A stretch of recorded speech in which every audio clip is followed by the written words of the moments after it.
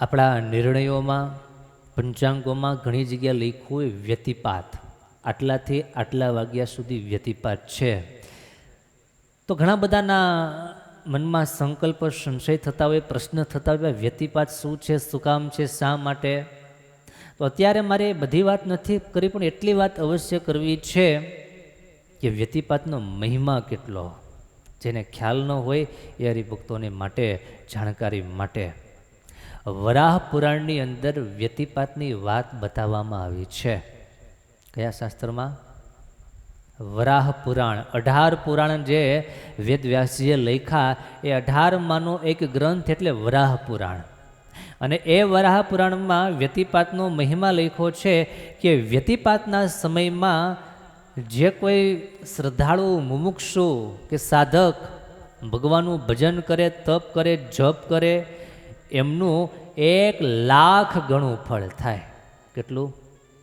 1,00,000 ગણું ફળ વ્યતિપાતના સમયમાં ભજન કરવાથી થાય. તમે એક તમારા ઈષ્ટદેવનું નામ તમે લો એટલે મલ્ટિપલ 1,00,000. એક નામ લ્યો ને 1,00,000 ગણું ફળ થાય. આટલો મોટો મહિમા વ્યતિપાતનો છે. અને આ હું નથી કહેતો, વરાહ પુરાણ બોલે છે. મોટે ભાગે એવું જોવા મળે કે આ વ્યતિપાત વગેરે એ બહેનોના ધ્યાનમાં હોય, પુરુષોને કંઈ બહુ ધ્યાન હોય નહીં, બહુ રસ હોય નહીં. પણ આ કોઈ પુરુષો માટે કે બહેનો માટે નથી, આ તમામ શ્રદ્ધાળુઓ માટે છે, આ તમામ મુક્ષુઓ માટે છે, સાધકો માટે છે. માટે જે સાધનાના પથે ચાલતા હોય, તમે જે પણ મંત્રની સાધના કરતા હોય, તમે જે ભગવાનની સાધના કરતા હો, એ ભગવાનને પ્રસન્ન કરવા માટે, એ મંત્ર સિદ્ધિ માટે આવા અમુક સમય જે આવતા હોય છે, ગ્રહણના સમયમાં જે ભજન કરીએ એનું 1,00,000 ગણું ફળ થાય. ગ્રહણ ક્યારેક જ આવે. વ્યતિપાત ઘણીવાર આવતા હોય છે. આપણા નિર્ણયો તમે જો દરરોજ સવારે વાંચો, તેમાં લખેલું હોય કે આજે આટલા સમયથી આટલા સમય સુધી વ્યતિપાત છે.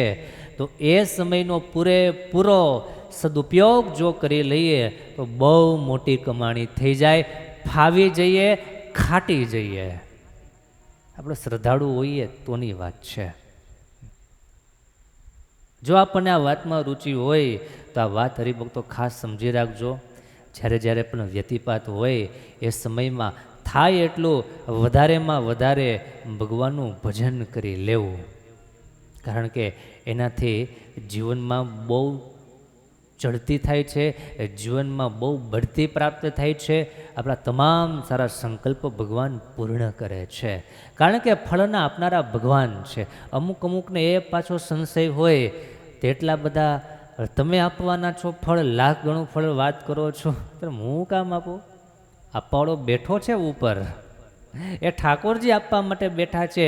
વ્યાસનું વચન ભગવાન સિદ્ધ કરે, 1,00,000 ગણું ફળ એ ભગવાનને આપવું છે. માટે બહુ શ્રદ્ધા સાથે, ભક્તિ સાથે વ્યતિપાતના સમયમાં ભગવાનનું ભજન કરી લેવું. અત્યારે વ્યતિપાત ક્યારે છે ખબર છે તમને? વ્યતિપાત ક્યારે છે ખબર છે કોઈને? સાંભળો. આજે રાત્રે 10:47, આજે તારીખ 30 તારીખ શનિવાર રાત્રે 10:47 થી રવિવારના રાતના 9:53 સુધી વ્યતિપાત છે. પૂરી 23 કલાક જેટલો સમય વ્યતિપાતનો છે. 30 તારીખ અને શનિવારે રાત્રે 11:30 થી લઈ અને 31 તારીખ રવિવારે રાત્રે 9:53 સુધી, ઓલમોસ્ટ 10 વાગ્યા સુધી વ્યતિપાત રહેવાનો છે. હવે તમે કહો ભજન કરશો કે નહીં? કરવું જોઈએ કે નહીં? થાય કે નહીં? અવશ્ય કરજો. ભગવાનના ભક્તો બધાને ભલામણ છે. આ વાત તમારા બધાને કામની છે, મારે માટે, તમારા માટે, બધાના માટે ઉપયોગની છે. માટે થાય એટલું વધારેમાં વધારે મહામંત્રનો જપ કરી લેજો, ભગવાનનું ભજન કરી લેજો. 1,00,000 ગણું ફળ ભગવાન આપવા માટે બેઠા છે. આના કરતાં મોટી કોઈ સારી સિઝન ન હોય, આના કરતાં મોટી બીજી કોઈ વાત ન હોય.